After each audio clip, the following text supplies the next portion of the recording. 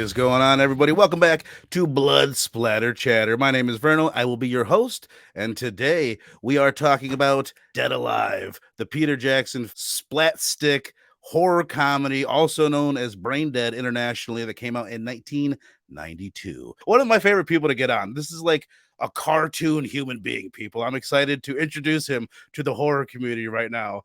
This is Eric Walls, aka Spicy Red Thunder. Hey, hey, Verno. Oh my God, I'm so happy to talk about some really gross stuff and Hell yeah. great comedy.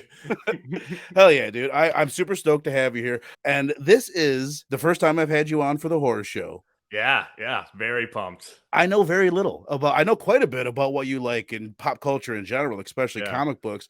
Horror, I know much less. So I have prepared some rapid fire questions for you, just to get us rolling.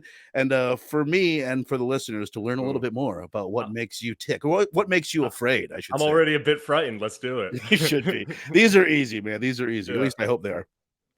I should have reordered them to put them in a more interesting order, but I didn't. So let's just dive in here. Let's do it. So, what is, and I know the answer to this one, what's your favorite horror icon?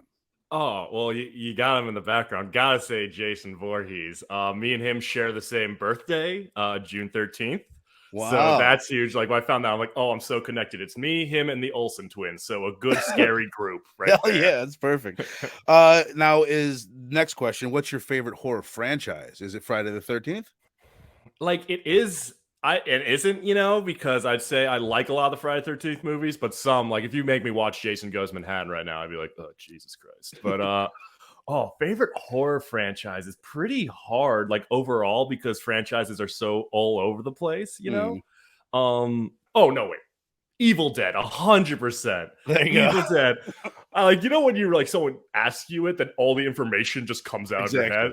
And I love it because it starts out as, like, a cheesy horror movie that's a bit scary and kind of frightening that just becomes a full-out action comedy. And now, like, when new stuff comes out, you're like, I don't know which way it's gonna lead. Right. It pretty much becomes the inspiration for this film that we will be talking about in a little bit here. Absolutely.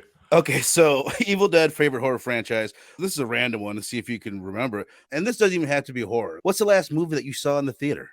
Last movie I saw in the theater, Spider-Verse. I saw Across the Spider-Verse. It was incredible. But the last horror movie I saw a screening of Friday the 13th Part 6, which is my favorite Friday the 13th. My local theater was doing a screening. I was like, oh my God, I have to go. So got two good answers for that. Hell yeah, that's awesome, dude. They did a thing recently where it was like 5 nights in a row. They played the first Friday the 13th, the first Nightmare on Elm Street, Child's Play, it's Texas Chainsaw. I have a not newborn, she's 9 months old now, but I couldn't go see it, but I was like, damn you, like that would have been a really cool experience to see any one of those, especially all of them in the theater. And it's really cool being like an audience. It's like, oh my gosh, everyone loves this movie, especially like the 6 in the franchise. It's like, oh, this is sweet. It's just a great environment to enjoy it in. When it comes to horror movies, old or new? Definitely more on the older side, and I think this movie is a great example of why, that we'll get into. New, I think new, like there's some that really blow me away, but new are like the ones I'm generally like, I don't know if I can mentally handle this right. Because like also new is like I'm an adult now, so like horrors of life creep in while I'm watching a horror movie more than when I was younger. But new movies I'm more wary of because, God, there are some psychological stuff that sticks with you in those ones. Exactly. I'm sitting here thinking of Hereditary. I love it, but it's hard. The really good ones I find almost harder to watch these days than the old ones. What is, if you were to think back to your childhood, what's the one movie that like scared the shit out of you as a kid? So my childhood, I was in a group of friends that loved horror movies, and I just kind of had to be like, okay, because I definitely hated it before. I was like, I want to be cool and tough and strong. So a lot scared me, but I'd say the scariest experience that, like, not watching the movie, but how I felt after was, I think I was 14, and it was the Blair Witch Project, because that was a very open-ended ending, and it was, oh my God, I remember leaving, be like, "Oh, that was fine, that was good." And then as soon as I closed my door home, I was like, "Oh my god!" And I had to go to my neighbors were like, "Oh, can you feed our cats?" I was like, "I gotta go back to that house," and that house was the most horrifying house. Like, I'm a tall guy. When a door is like tall and intimidating to me, I'm like, this is not okay. Hell yeah, man. I love it. I think I'll end it right here. And I spent way too much time sitting here thinking about this one myself last night. Fuck, marry, kill Freddie, Michael, Jason. Wow, that's a hard one. There almost is a right answer. The more I feel thought like, about it. yeah. See, like, I don't feel right. I like kind of want to kill Michael because I feel like as a lover and a romantic, he's really bringing nothing. You know, Right. He's got nothing. I don't really want to say fuck Michael Myers. Fuck Freddy because he's a child murderer and molester, depending on continuities. But his dirty talk game's got to be up there, and he's probably like gonna surprise you with a lot of shit out of nowhere. Like, he'll probably like you'll experience new sensations you've never experienced with him. So I'll say fuck Freddy and marry Jason because Jason, horrible murderer, psychopath. But he's a mama's boy. He's sweet. He got bullied as a kid. I think he has a sweet side deep in there that if he wanted to marry you, you could cut to. Much like how he cuts through teens every summer. Oh, well done, man. Well done. Well, that's all I have. Round of applause, everybody, for Mr. Spicy Red. Oh, that was a hard one. That's a good question. All right, dude. So, okay, a little background on Dead Alive, which, dude, I keep on having to write down which one is the American title. Yeah. It is, okay, Braindead is the international title. That came out in 1992. Dead Alive is the North American title. And this is still like a hard movie to find. Like it's not streaming many places. There isn't an American made Blu-ray. You have to import it, and I think it's got Spanish special features on it. So yeah, it's kind of a rarity, and it's not a movie that I had like really ever heard about until I got deeper into horror. I sent you a list with a bunch of movies on it that were Evil Dead like.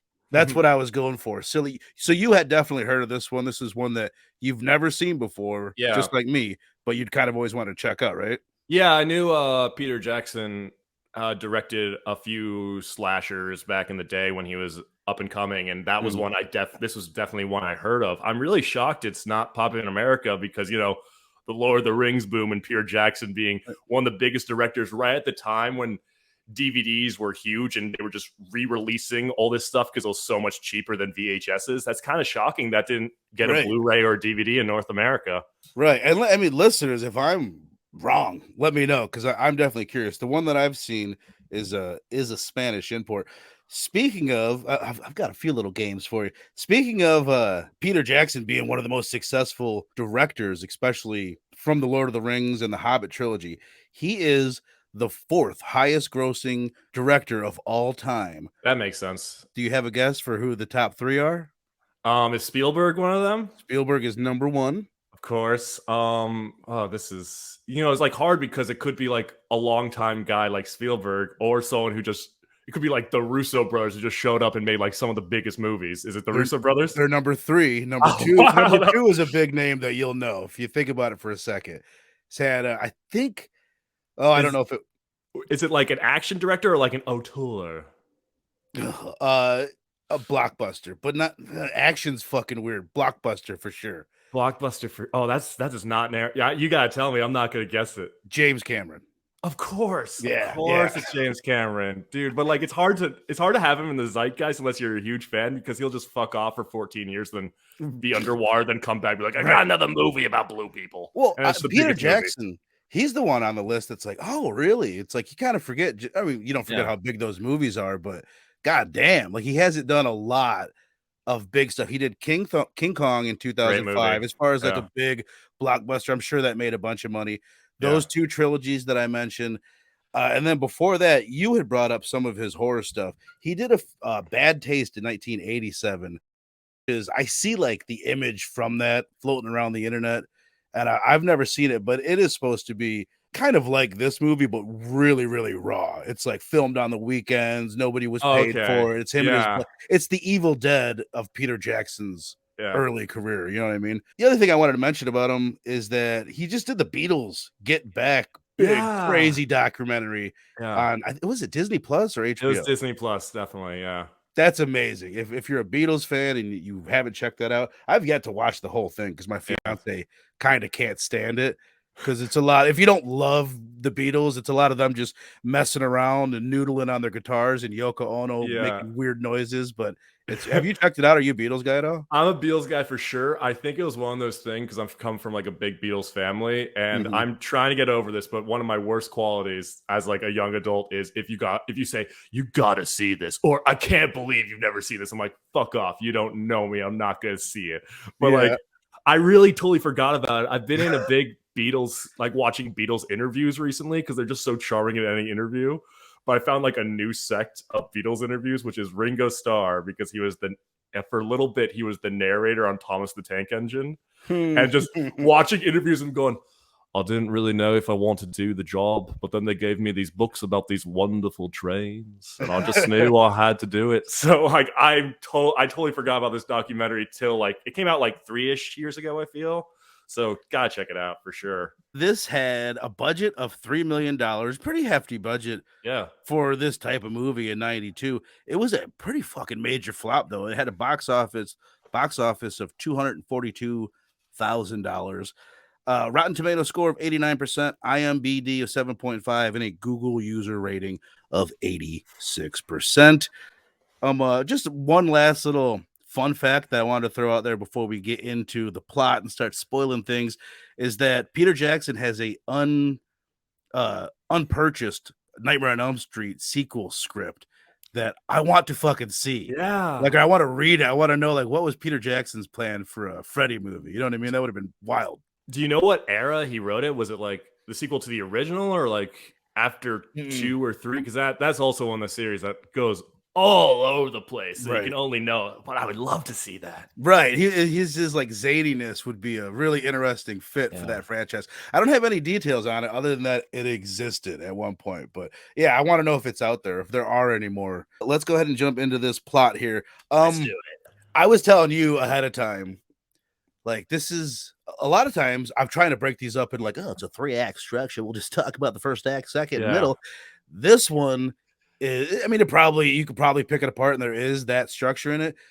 But let me say it this way. Usually I'm taking notes on stuff, and like I'll be putting like key events, like, oh, this is something at least to remember that. And I'll usually get to about 20, right? With this movie, within the first 25 minutes, I'm at 25, and I ended with like 50. It's because it's just one after another. Like, so much happens in this movie, and I don't want to say it's not a plot heavy movie, but there is a plot. Like, there's more of a plot in this movie than there is the first 2 Evil Dead movies. So it's like, I don't want to like just ignore the plot. I do want to touch on it. So I figured the way we'd go about doing this is kind of like a summary of the plot, the story. And then I want to just like what you feel like did the story for this work before we get into all the gory details and what we think of that. Like, did the love story work? For those that haven't seen the movie, or those that have seen it and it's been a while, a little reminder. It starts out, and I do want to actually just get your thoughts on this first scene. We start out and we're on Skull Island, and we've got this zoologist, and he's going to get it's a crossbreed monkey rat. And we find out later that these monkeys were sexually assaulted by these plague carrying rats. And evidently this is what like made the zombie plague. We've got this guy, and it really reminds me of like a more racist opening of Indiana Jones. Raiders of the Lost Ark. You know what I mean? It's like the same kind of racism that you get in that, where they weren't aware of it. It almost feels like Peter Jackson is aware of it. The zoologist gets bit by this rat monkey, and this was, I think, one of the funniest bits of the movie right off the bat. It was like 0 to 100 right there. Like what you're saying, it kind of started like, I knew this was cheesy, and they had like the cartoonish natives. I was like, and you know, I've been to New Zealand, and they have a much more friendly relationship with the native people. Like, they've built it. A lot of the towns have like the native names and everything. It's like, oh, cool. So I guess everyone's just racist towards native people, regardless of where you're from. Not cool. I'm joking, just for people. But yeah, it was, you know, this kind of like, oh, they got something. Now the natives are trying to stop them. Kind of like, which I think a more offensive Indiana Jones is perfect. It's kind of like this bee charm that they're getting there on the car, but then suddenly they just cut off his hands, arms, and head. And the effects is like, whoa, like it really got me for a second. It really just throws you in it. And it does a great job of like establishing this is the kind of movie that you're watching. You're gonna get the gore, you're gonna get the comedy, and you're gonna get like a self-awareness to the film. So love the opening right away. I'm like, okay, I'm fucking in. Yeah, and absolutely. I love it. So basically this rat monkey gets shipped to New Zealand, Wellington, New Zealand, which is the name of the town in the movie, and it's also the town which the movie was actually shot in. It's a real town, yeah. And this is where we're introduced to Paquita and Lionel. Paquita is young Spanish hottie. I think she's Spanish, and she is like hungry for love. Before she meets Lionel, she's fallen in love with this other guy. Her grandma reads these tarot cards. She says, this guy that you're in love with is not the guy. There's going to be one love in your life, and it will last forever. So that's her situation. And then Lionel, though deprived of his father at an early age, was blessed with an abundance of mother love. Okay, he's got an abundance of mother love, this overbearing mother who he lives with. And I'll call it a premonition that Paquita's grandmother makes, says you're going to see this certain sign. And when Lionel comes into the shop to meet Paquita, this food falls down and it forms this symbol. And she's like, oh my God, this is the guy. I love that scene because, and I'll get into what I thought about the girl, but like you said, she's clearly like very much looking for love and was very into the first guy who came in, who's just like a very goofy doctor who's just like, see you later, alligator. Yeah. I was like, wow. And then as soon as this Lionel walks in, she is just not interested, like almost to the point, like he's like taking out a piece of paper and she just grabs it from him. Like she's a very like the classic rude bodega person sort of thing. She's like, but then she sees the sign, she's like, oh, and then she's just immediately, oh, this is the guy. This is the guy. And at first I was like, why are you hating on this guy? Yeah, his haircut's stupid, but he's well dressed. He's very polite, you know? And then as soon as she got into it, I did not think I would like, because it started like that. And I was like, oh, this is a very like one note kind of maybe relationship. But honestly, both the actors are very fun and charming. And they're just like, when they go to the zoo together, I was almost like, forgot that I was doing it, watching this for your podcast. Like, oh, this is gonna be a fun little romance movie and everything. And I'm very much like Paquita right now. I'm a little bit in a hopeless romantic phase of my life right now. So I'm like, oh, I want what they have outside of all the death. Hell yeah, man. All that good, because that's what I was gonna ask you, is if the love story works. And for me, like I will say, like I was definitely kind of wrapped up in it right away. It is very romantic, and the music, like in these sections, the music in the whole movie, I think is phenomenal. It's really great, yeah. They end up going on this date to the zoo. Lionel's overbearing mother follows him, and then she's spying on him there's a bit, do you remember? They're sitting there, you know, they're on this date, they're starting to kind of fall for each other, and then all of a sudden, the tone shifts completely. Lionel sees something and it reminds him that his father tried to save him from drowning when he was a kid and his dad died in the accident. The music's all intense. And then instantly she like kisses him and the music changes and it's all like this jolly, happy stuff. And it's like they do this tonal stuff, but it's never awkward. Like the music sells everything, and so do the performances. Like, yeah, it's kind of like I said, there's totally in another movie that type of tone change would really throw me out of it, but something about the two characters and their chemistry just really works, you know. And that kiss, like I'd probably be like, this is inappropriate, you know, talk to him about it. But that I was like, I could just tell that was her way of being there for him, and like he enjoyed it. I was like, oh, this is just cute. And then they watch a monkey's arm get ripped off, and then the mom steps on the heel of a rat monkey. I'm like, wow. Oh, yeah. This is the kind of movie we're seeing. Okay. Yeah. Right. And from there on, the exact way I described Evil Dead 2 when I talked about it recently is like it starts out, and then like after 5 minutes in, a set piece starts and it never ends until the end of the movie. Yeah. And that there's a little bit more interruptions. They're squeezing a little bit more plot in here and there. But for the most part, it's set piece after set piece. Yeah. Gore, zombies. The mother gets bit, and she is kind of slowly infecting the rest of the town until it just explodes at the end of the movie. It's kind of like you said, there's an introduction and there's a conclusion, And in between is a little bit loose with set pieces and comedy bits and like some things that feel like sketches that were put in. And it's a lot of fun. But if you're looking for like a very focused horror plot, this is not it. But it's a very fun horror comedy. Well, let me even guess before we get into the details. I feel like this is my experience with it. And I'm quite wondering if it's the same for you. Like, first of all, it's one of the best of its kind for doing what it's doing. If you want a gore-filled flick that's funny, you mentioned, I think you said the word cartoon earlier. That's what I call like Evil Dead type movies, is cartoon horror. Yeah, it's like it seems like a Warner Brothers could have made this. Sam Raimi was heavily influenced by the Three Stooges, so it's like a touch of that. For me, I fucking love like all of it, all of those bits. It's fucking hilarious.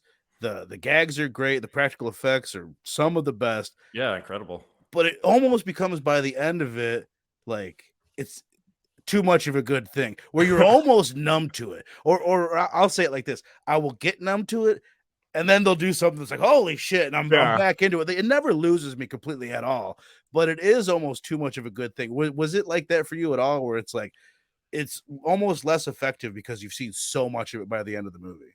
Well, I think it's I wouldn't say less affected, but you certainly get numb to it at some point. I would say there was where the few times I got taken out were some of the more in the middle comedy bits where I'm like, I'm just a little bit confused on Lionel's motivation here, like what he wants to do. And I can certainly get into specifics when we talk about the baby. The baby. I'm talking about the baby. Get into it. I'll set it up for you. It basically ends up, and this is another thing that normally bugs me in movies, but doesn't bug me in this one for whatever reason, where he's keeping it a secret. His mom is falling apart and deteriorating, and she's infecting people, and he's keeping them all at their large like mansion that they live in, and he's not telling anybody about it. Yeah. And two of them end up having sex and having a baby, and that is the bit right there. It's funny, but it reminds me of something like out of a sketch comedy type movie where it's like it has no bearing on the plot. Like I said, I think if this was done differently, like two zombies having like the fact that they were both zombies, like, okay, that kind of works rather than like one zombie, one human. Right. But the baby was just this recurring thing in certain segments that was just a little shit that wants to kill and eat anything. But there's just one scene, like I understood because like you said, Lionel's mom is the first one affected, and Lionel's kind of holding on to her, and you know, their relationship, she's a very overbearing mother. I got that. And I got like he didn't want to kill the nurse or the priest or the greaser that just drinks alcohol at the graves. And then, but the baby, I was like, why are you bringing him to the park? Exactly.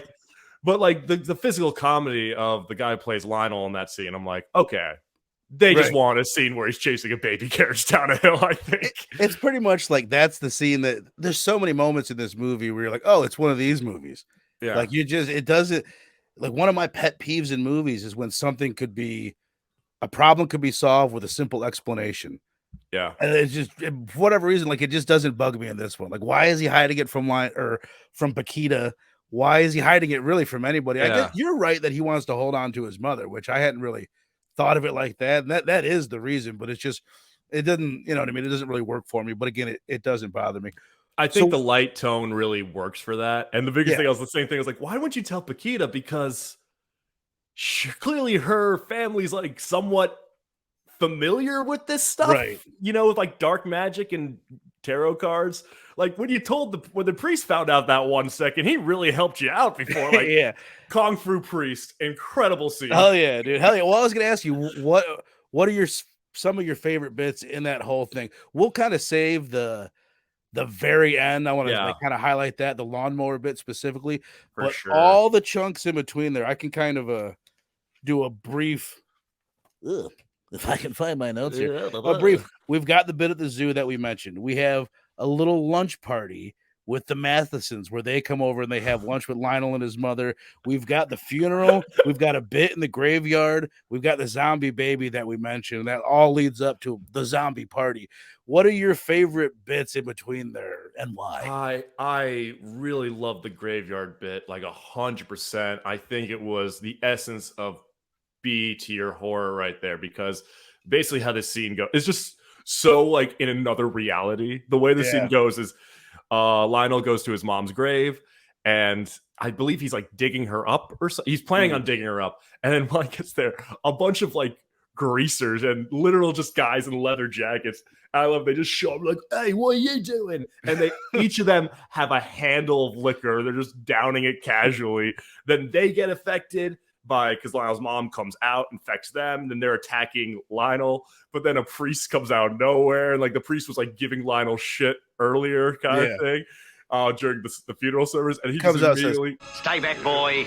This calls for divine intervention." Yeah, it was. Oh my god, I love that so much. And he just karate kick, so much so that like when he got turned, I was like, "Oh no, we're not gonna get any more karate kicks." I know, dude. The other line that he says is, "I kick ass for the Lord," and he's like Liu Kang bicycle kicking motherfuckers. It's so hysterical, and he is the father of the zombie baby, by the way. When his lips get ripped off when they're making love, that's another one of the best practical effects. Yeah, I should give credit. It's gore effects by Richard Taylor.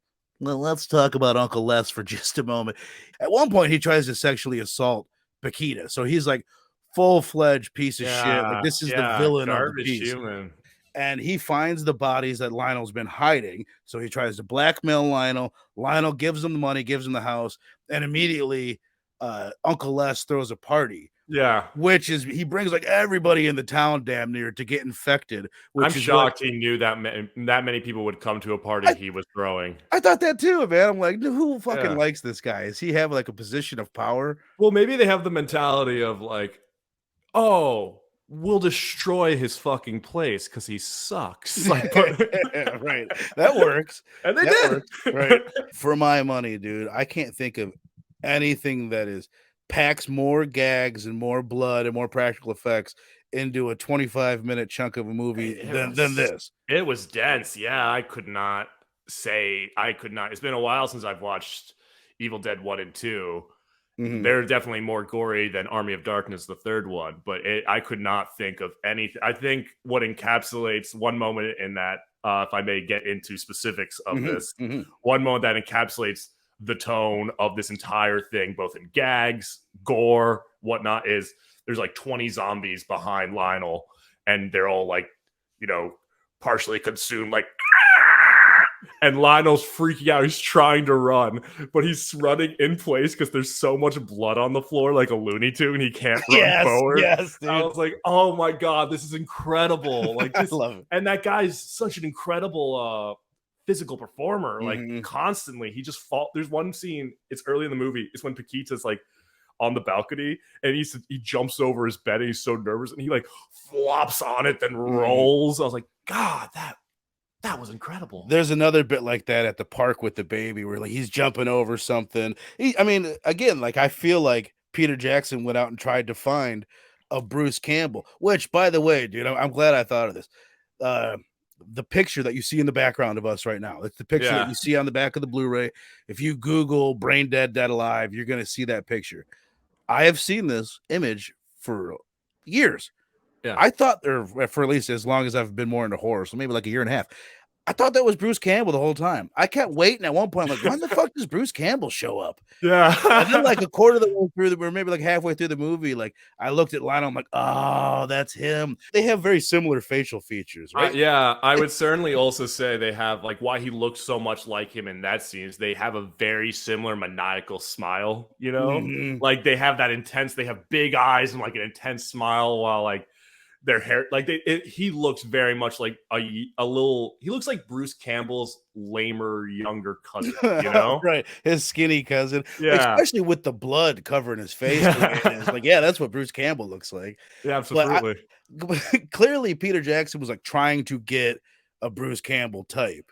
Yeah, I think he nailed it for his own version of it. He's different enough. He's more feeble, or I don't know what the word is for it. He's more like afraid than Bruce Campbell is. Certainly. It's interesting when you go back to Evil Dead, and Sam Raimi and Bruce Campbell both said this. They said like, oh yeah, Bruce is a far better actor now than he is today. And like Ash also was a far more realized character in Evil Dead 2 and 3. He's kind of more of just like, hey, kind of like more like chill in the first movie. Right. You wouldn't even know that he's going to be the final guy halfway through that movie. Yeah, it's kind of a bait and switch. But then as it builds, it becomes kind of this charming womanizer who's also kind of a scumbag and kind of just like a grown kid, whereas this guy's like a grown kid in a different way. He's kind of more shy and sweet natured and very like apologetic and introverted. So they definitely have like an immaturity to them, but it's a little bit different. Not as many like one-liners as Bruce Campbell is known to drop. Yeah, he doesn't have like the bitchin' moment. He doesn't have. He never becomes like really. Well, I guess they kind of where Bruce Campbell gets the chainsaw and it's groovy.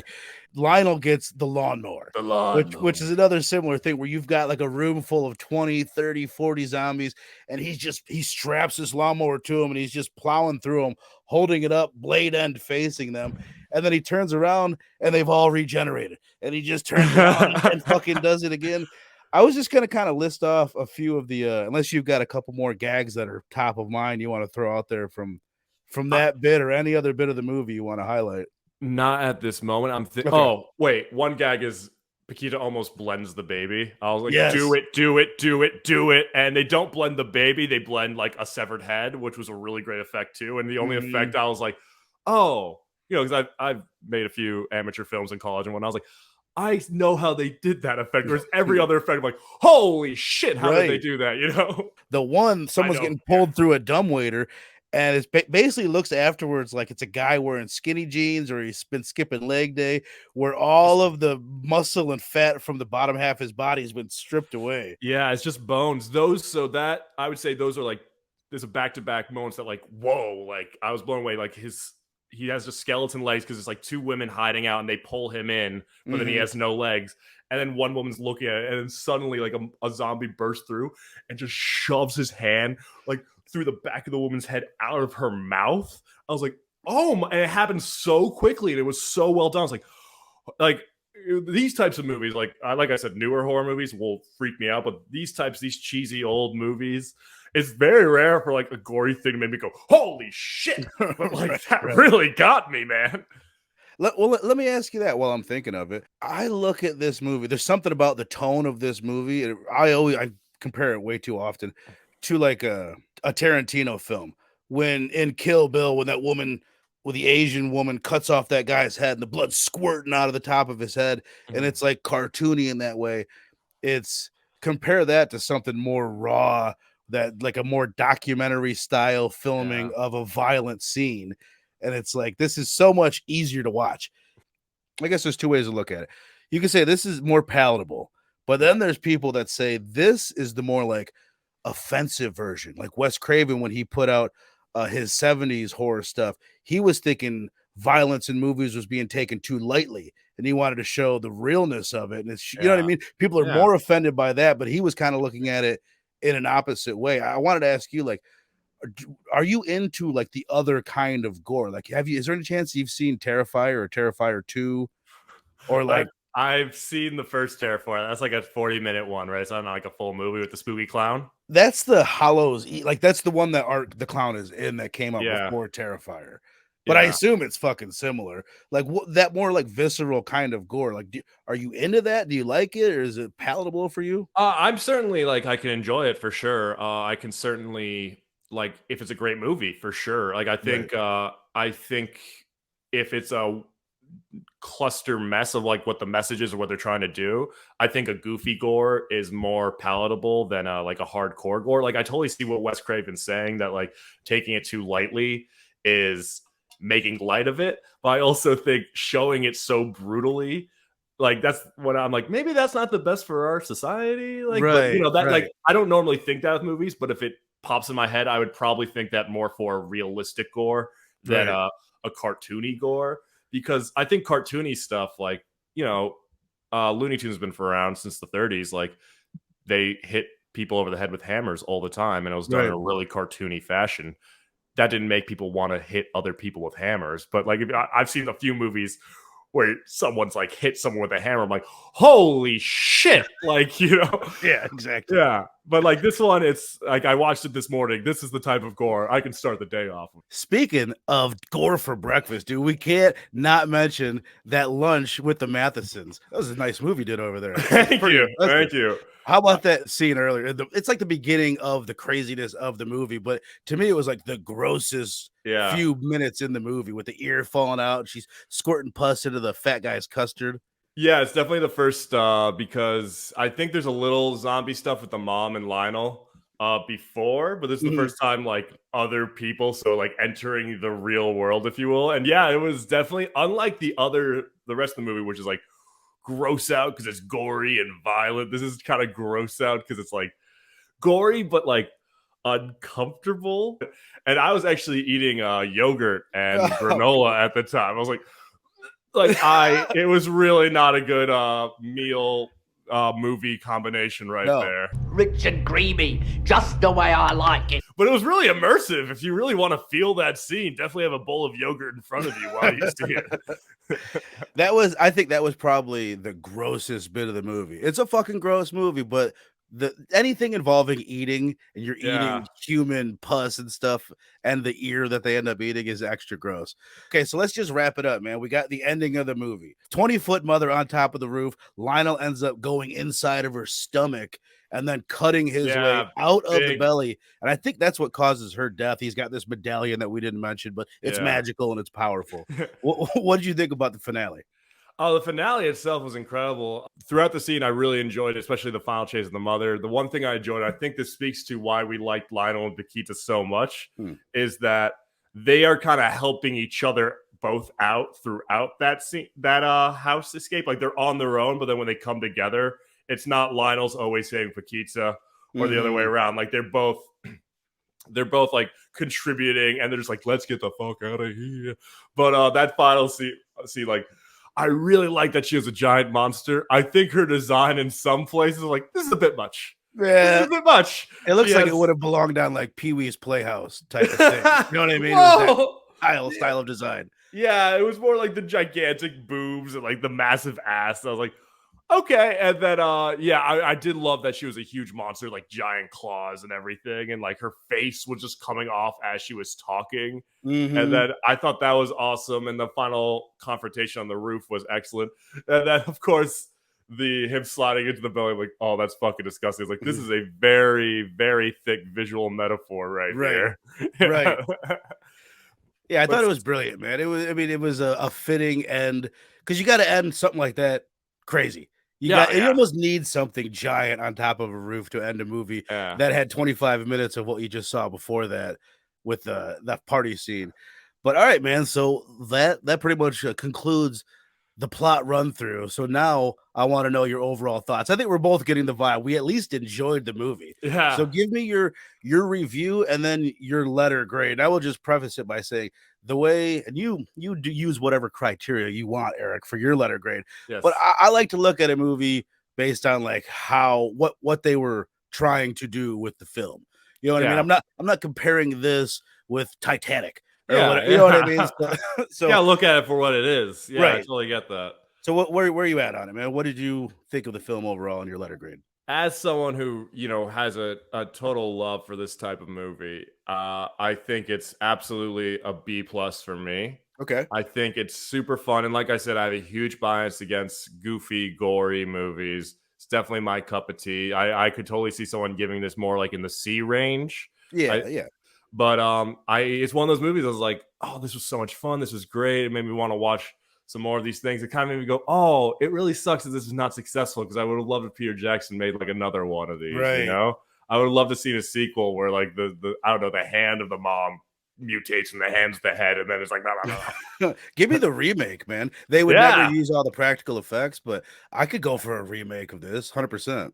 Yeah, honestly, if you got, because the few movies I've seen, like Hunt for the Wilder People and What We Do in the Shadows, the few New Zealand movies I've seen in recent years, give another New Zealand team to do it. They're still really doing a lot. If you've seen What We Do in the Shadows, it's a comedy, like mockumentary style. All the special effects are practical. Still. Really? It's really charming. Well, most of them. I'm sure there's some CGI in some places, but a lot of them because they use wires to fly and everything, but it's done like a documentary style. So there's people in New Zealand who do practical stuff still. So I would love it if you gave another New Zealand team that, Oh yeah, no, that'd be badass. So a B plus from Eric. I've been riding this B plus A minus train all night long because I've been thinking about it more since the power went out yesterday. I'm gonna go right there. I'm gonna just one up you just a little bit. I'll go with an A minus for all the reasons you said. I think when you're comparing it to, there's probably somebody that watched this review the whole time that's like, why do you keep on bringing up Evil Dead? This movie stands on its own. But to me, it's like I can't help but compare it to Evil Dead. It's definitely the mainstream comparison, right? Yeah, it's the one that's just like, and if I were to put the two, it makes it easier to judge it because there is an Evil Dead. You can see what you like about that one more. This one has probably more charm than either of the first two Evil Deads. I'm not an Army of Darkness fan. I don't know where you stand on that. I have to revisit it at one point. I love it.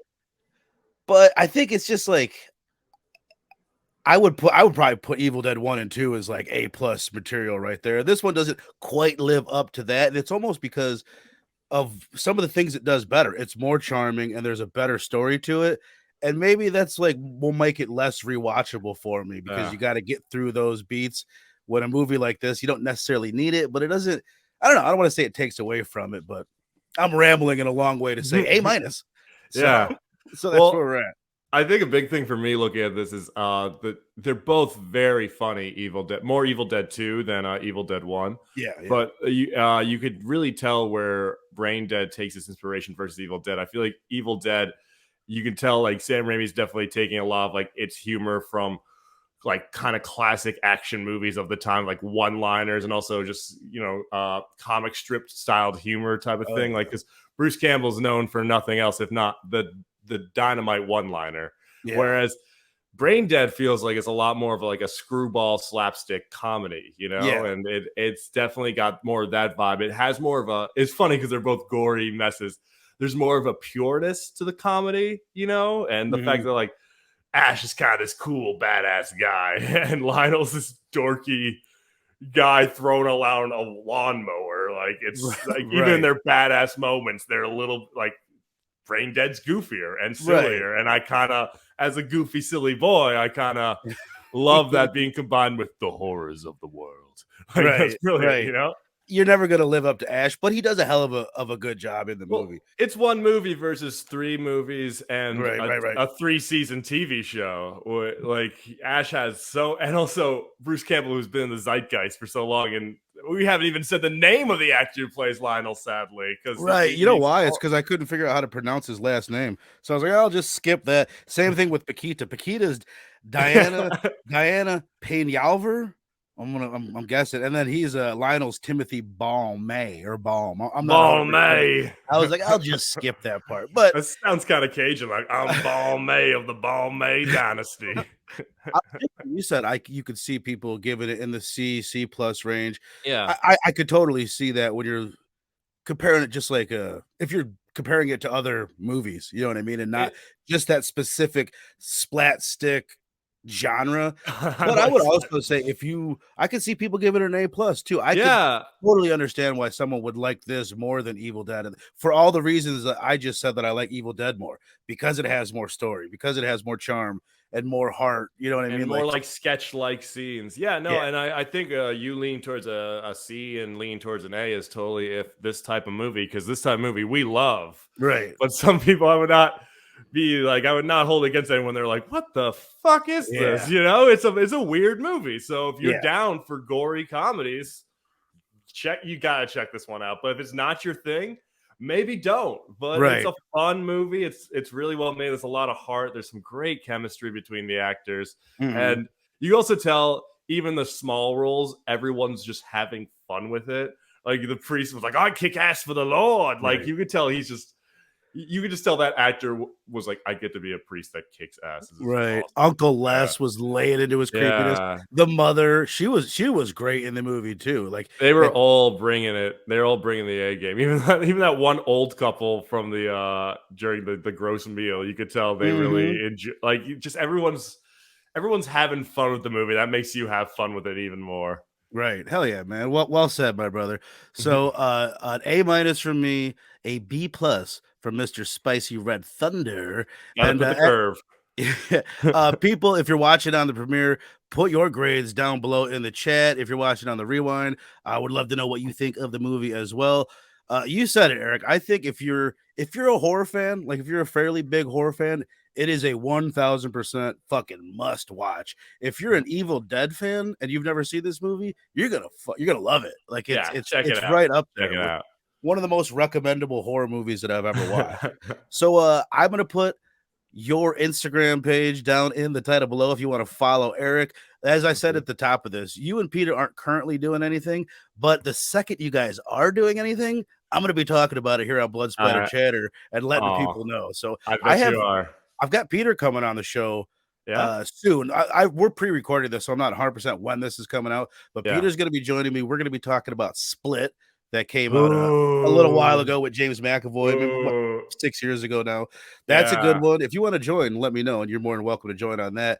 But so keep an eye out for that, and follow Eric down below. Follow Blood Splatter Chatter down in the description below. Check out DHS on Saturday nights, where I will be talking horror. Again, I'm not sure when this is coming out, so I don't know what we're doing next week, and I also don't know what I'm doing next week. But keep an eye out, because I will be doing something in the near future. It's gonna be fun.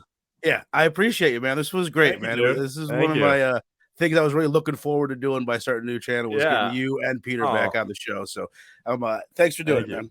I had a great time, and we had to splitting across 2 days made it even more wonderful.